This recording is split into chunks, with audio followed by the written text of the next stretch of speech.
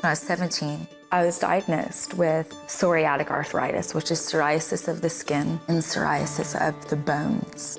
And they said, you've already lost 4 or 5 layers of bone in your hands and feet. You could be paralyzed in a year and a half. When the psoriasis gets in your bloodstream, it goes to the joint and it begins to eat away at the bone marrow, and then the tissue gets infected and attacks every joint in your body and then turns and freezes them. I could barely get out of bed without taking the medicine. They were just hoping that the medicine would take the pain away, ease the swelling, but it wasn't.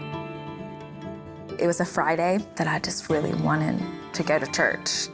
The speaker got up to share, and he was like, I just feel like there's people here who need to be released from bitterness. If that's you, I want you to stand up. And all of a sudden, my heart starts racing, and then I'm standing up.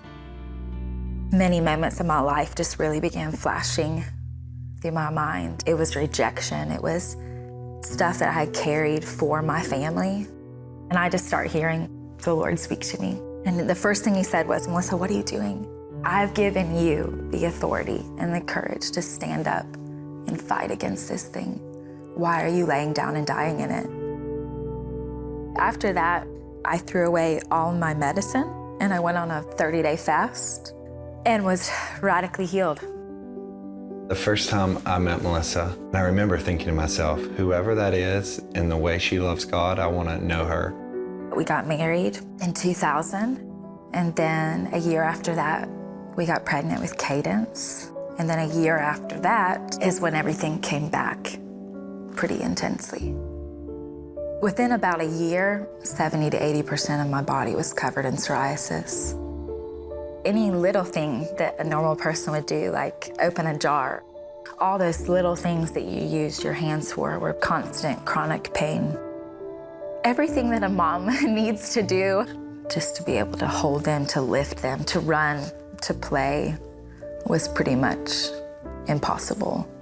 My heart was just like, Lord, heal Melissa. Come on, I know you can do it. It's nothing for you, it's so easy. And he just whispered into my ear, I want healing for Melissa more than you want healing. Will you trust me? As the years went on, it got harder and harder to just do life, to be a mom. Sometimes you feel like you're losing it because in 1 second you're declaring the goodness of the Lord, and then the next second you're thinking, he's totally left me and I don't even know where to find him.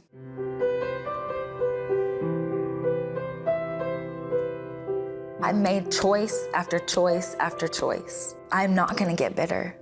I am not gonna be disappointed in the Lord. I'm gonna love my life. Without tension, you really can't make music. If you take the tension out of any instrument, it won't make a sound, or it'll make a really bad sound. I was like, oh my gosh, I'm becoming new. I'm becoming like the Lord, even though I'm in this crazy tension with my body. Do I believe that the Lord won't tighten me so much that it will break me? I remember like smiling really big and just being like, oh my gosh, I'm changing. I really began to know him in my desert.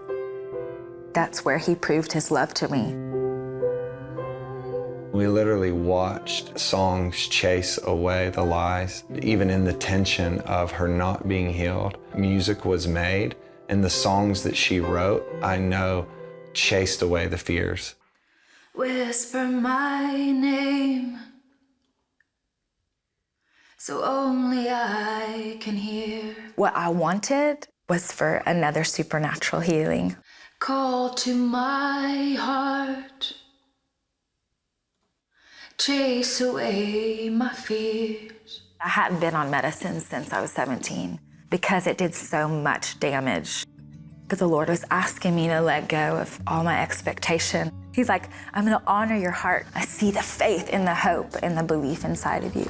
But I'm going this way, like I need you to get up and I need you to follow me this way. I started on the medicine in March of 2007. And within 3 or 4 weeks, I started getting full feeling back in my hands and feet.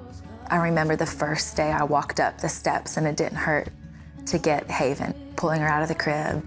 The first time that I felt beautiful again. The first time me and Jonathan went on a date, God, it was... Her beauty has never faded in my eyes at all. She loves Jesus in a fierce way, the way she trusts the Father's goodness, even when the disease is still hanging on. I've watched her look in the face of the giants that are lying and say, who are you to say my Father's not good?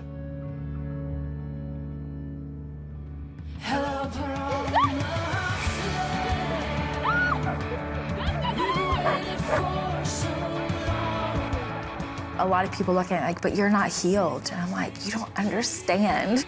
He absolutely gave me what he promised. He gave me hope. He gave me life. He gave me love. He gave me grace. The promised land for me has been the opening of my eyes to see the Lord for who he really is, which is a good father in spite of all of the suffering that I've walked through and the suffering I still walk through. It is the promise of his goodness.